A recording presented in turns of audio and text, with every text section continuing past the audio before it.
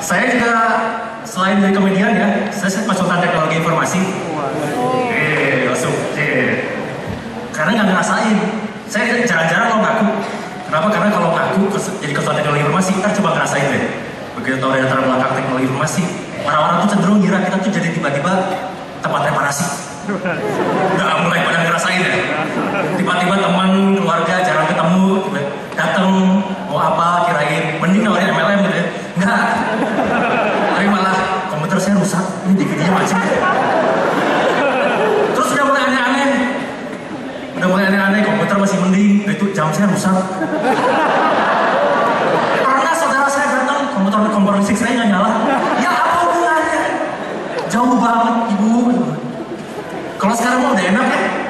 Bahkan sekarang kalau customer service ISP ya, kita telepon jawabannya standar kan. Nanyain akses internetnya kok mati, jawabannya standar. Udah coba matiin modemnya, terus nyalain lagi. Coba dulu tutup gitu kan. Saya nggak kebayang misalkan kalau misalkan operator ini pindah gitu, jadi operator pemadam kebakaran. Ditelepon nanti, halo, tolong, dapur saya meledak, kebakaran, kompor listrik saya meledak. Ibu, kompor listriknya udah coba dimatiin, terus nyalain lagi. Cobain ya, tuh.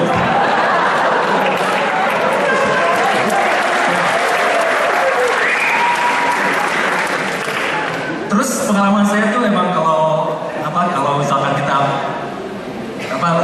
di kuliah gitu ya, satu angkatan saya waktu 62, orangnya unik-unik semua. Begitu tuh kebanyakan hacker semua, sampai kita tuh ada tantangan gitu, satu angkatan begitu.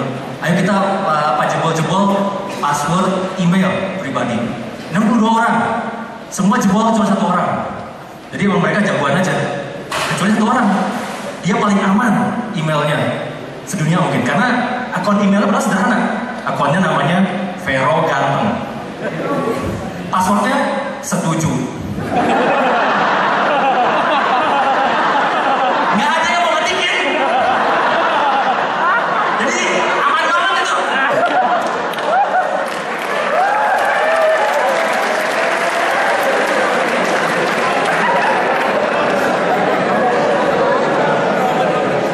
Terus juga ini ya, yang saya heran nih, mungkin udah pernah ngerasain itu malam belum, jangan kadang-kadang dosen pemrograman itu kadang-kadang sangat killer. Padahal pemrograman gitu, tapi seringkali kalau saya dulu sangat ketat. Jadi kayak ngingetin malah jadi kayak jurinya MasterChef. Pernah lihat MasterChef? Ada belum? Ada ya. MasterChef itu kompetisi memasak di Indonesia, ada lagi kompetisi di Indonesia. Itu kompetisi yang bikin saya yakin bahwa masak itu bikin stres. Karena ada jurinya satu namanya Chef Juna. Kayaknya tenang gitu. Tapi sadis. Jadi itu satu-satunya acara di mana kalau ada orang masak datengin terus kamu lagi ngapain? Itu sangat absurd. Karena pesertanya pegang pisau, tapi dia gemeteran. Padahal dia pegang pisau gitu. Harusnya lu santai situ, gue pegang pisau situ.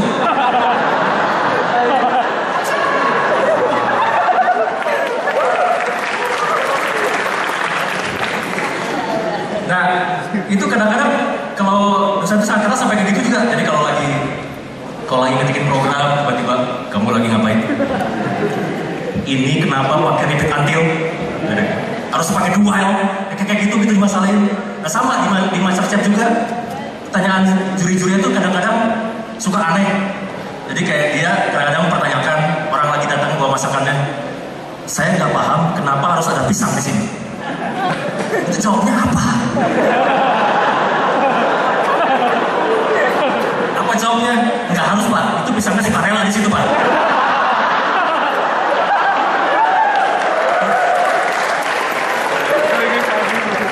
Komentar juga kadang-kadang sadis. Lain setelah nyoba, sop kamu rasanya kayak kobukan. Terus pesertanya, maaf pak, sop saya sebelah sini itu emang kobukan.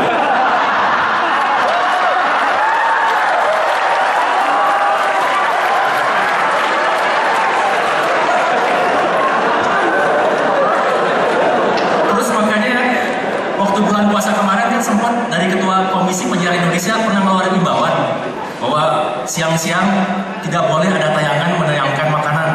Ini sebenarnya logikanya aneh gitu ya, tapi saya jadi mau setuju, tergoda banget mau setuju. Kenapa ya? Karena itu saya pengen lihat MasterChef tanpa makanan. Jadi bayangin Chef Juna udah serem. Berhubung kita tidak bisa menampilkan makanan, jadi 60 menit ke depan kita akan pura-pura masak. Baiklah, pura-pura masak dimulai sekarang. Dan setelah itu pun tetap sadis. Deketin orang, kamu lagi pura-pura ngapain? Terus kamu terang, saya lagi pura-pura potong daging, Pak. Tapi kamu kan belum pura-pura ngambil bahannya. Pura-pura sekarang, ayo sekarang.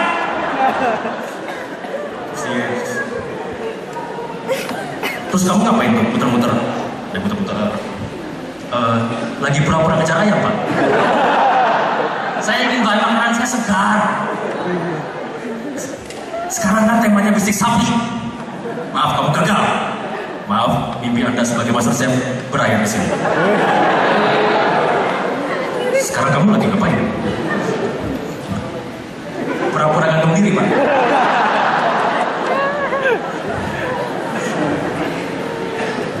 Terus saya juga sekarang tuh banyak tekanan buat ini ya, buat kita tampil fit. Oke, sekarang saya kembali ke gym. Ya tapi saya masih nggak ngerti sampai sekarang konsep gym itu apa sih? Coba, soalnya di gym ya, gym tuh fitness ya. Kita berlatih apapun gitu ya, misalkan angkat, beban, kaki. Tapi kenapa yang berkembang selalu otot ketek? Coba lihat ya, latihan kaki, terus tiba-tiba setelah selesai, langsung begini. Udah. Langsung tak bisa nempel keteknya. Atau kenapa? Terus salaman juga terpaksa harus miring.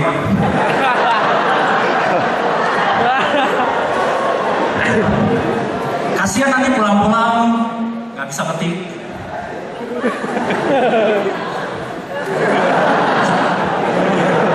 Apa nih? Ya udah gini aja.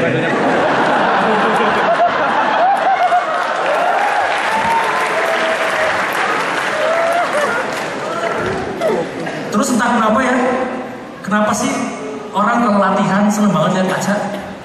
Kenapa jadi kesannya seakan-akan bikin otot gede itu kalau lihat kaca? Coba dilihat deh, akan 1, 2, lihat kaca. 1, 2, kaca. Sampai maksa tuh kacanya.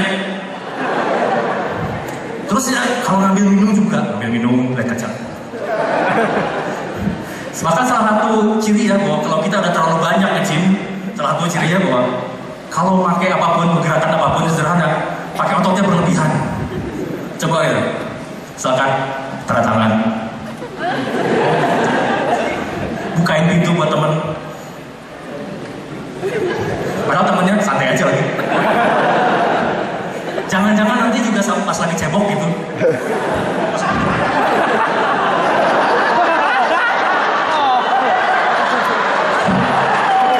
Ya cuma bisa 3 kali.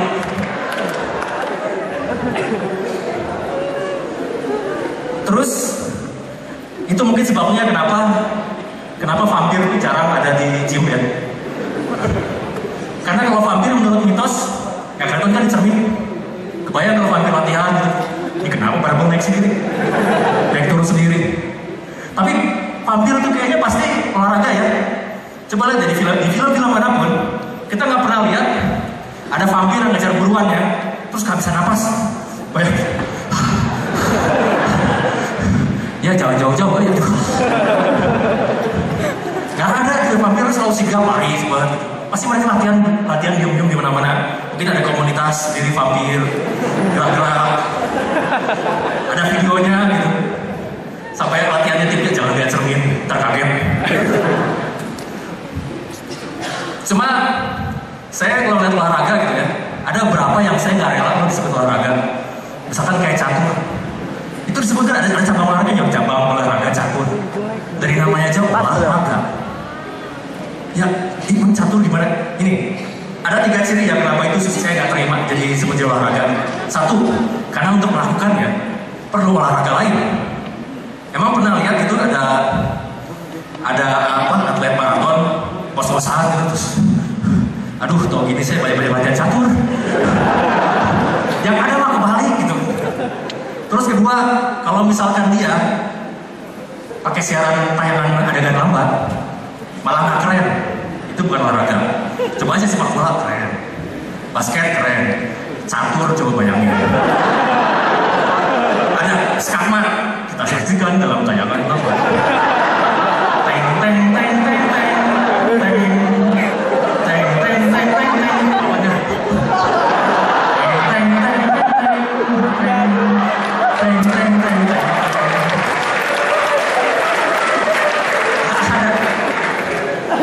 Terus yang syarat ketiga ya, kalau kita nonton langsung itu malah lebih parah daripada enggak.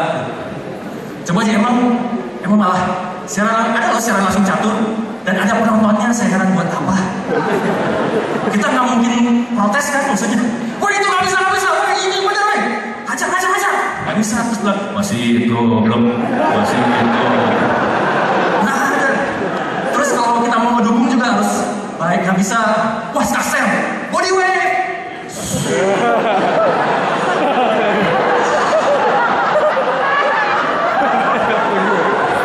Nggak ada. Tapi emang nggak ada yang ngalahin kalau secara langsung itu sepak bola.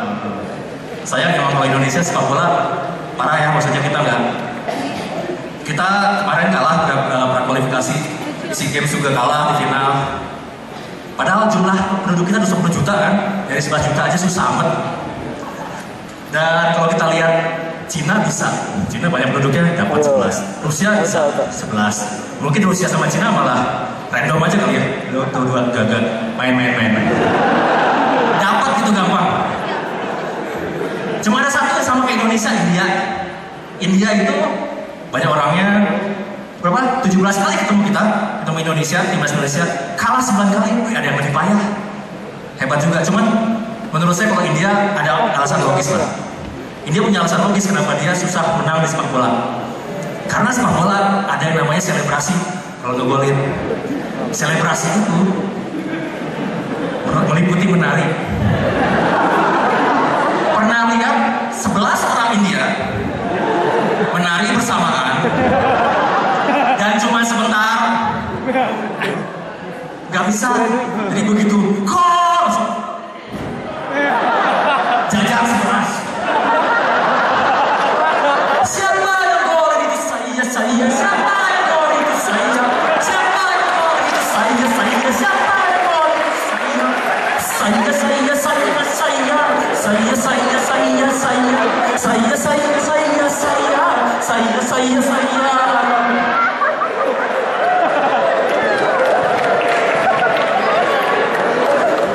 Dan di ujung lapangan itu hakim garis sama wasit cuma bisa ngeliatin.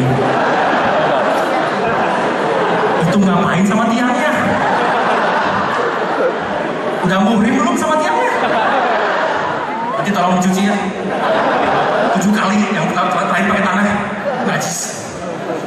Terus kan kelamaan, kelamaan melanggar, kartu kuning,